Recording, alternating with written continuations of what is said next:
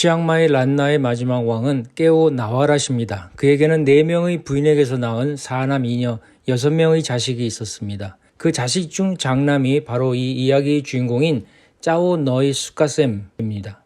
그리고 이 짜오 너이의 고모가 바로 시암의 라마 5세와 결혼한 다라 라사미로 후에 짜오 너이의 사랑을 반대하기도 합니다. 1880년 태어난 짜오 너이가 15살이 되어 버마의 말라행에 있는 성 패트릭 학교로 유학을 갑니다. 당시 버마는 영국의 지배하에 있었습니다. 유학 갔다고 공부만 하란 법도 없고 운명적인 사랑은 돌아다녀야 만나는 법. 어느 날 머리도 식힐 겸하여 짜오 너이는 시장 구경을 가게 됩니다. 이 시장에는 마미야라는 아름다운 버마 소녀가 어려운 집안 살림을 돕기 위해 담배를 팔고 있었습니다. 운명처럼 이 둘은 이내 눈이 맞고 서로 사랑에 빠지게 됩니다. 다음 왕위를 이어갈 치앙마이 왕자, 그리고 시장에서 담배를 파는 버마의 소녀 마미야의 사랑, 슬픈 결말이 보이는 사랑이었을까요? 하지만 아무도 뭐라 할 사람이 없는 버마에서 짜오 너이는 마미야와 함께 생활을 하며 변하지 않는 사랑을 약속합니다. 특히나 그 약속을 둘만이 한 것이 아니고 프라타 짜이딸란에서 어떠한 일이 있어도 변하지 않을 것이란 맹세를 하게 됩니다. 우리 두 사람은 서로 사랑하고 있습니다. 이 사랑은 영원히 변치 않을 것입니다. 만약 누군가 변하는 사람이 있다면,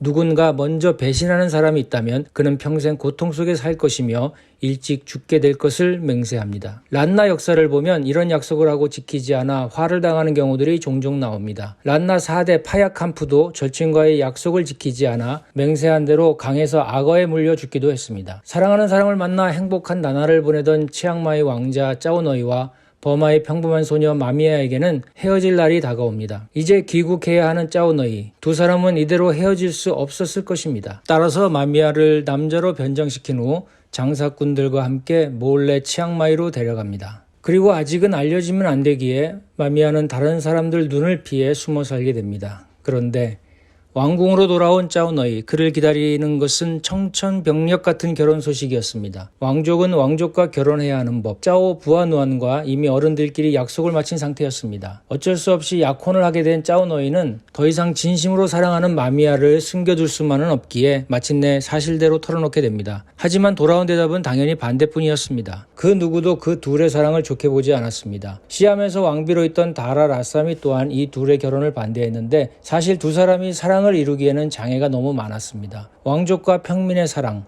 게다가 당시는 영국이 버마를 점령한 상태로 버마인이 왕비가 된다는 것은 자칫 영국의 개입을 부를 수도 있는 상황이기에 치앙마이뿐만 아니고 시암에서도 절대 불가를 외칠 수밖에 없었던 상황이었습니다. 비록 이름뿐인 왕이지만 왕위를 이어가야 할 장남 짜오 너이이기에 그 반대는 극심했고 두 사람은 어쩔 수 없이 서로 잠시 3개월이라는 시간을 둔 이별을 약속하게 됩니다. 프라타 짜이딸란에서 한 약속을 상기시키며 3개월 후에 찾아갈 테니 기다려달라고 합니다. 마미야는 어쩔 수 없이 고향 말라행으로 돌아갑니다. 이미 두 사람의 소문은 날 대로 났을 테고 마미야가 또 한미모한다고 하니 떠나는 마미야를 보기 위해 프라투 하이아에는 사람들이 몰려들었고 마미야는 코끼리를 탄 채 눈물과 함께 치앙마이를 떠났다고 합니다. 그 와중에 짜오 부하누아는 그간의 사정을 듣고는 약혼을 파기하게 됩니다. 버마로 돌아간 마미야는 하루를 천년같이 3개월을 손꼽아 기다립니다.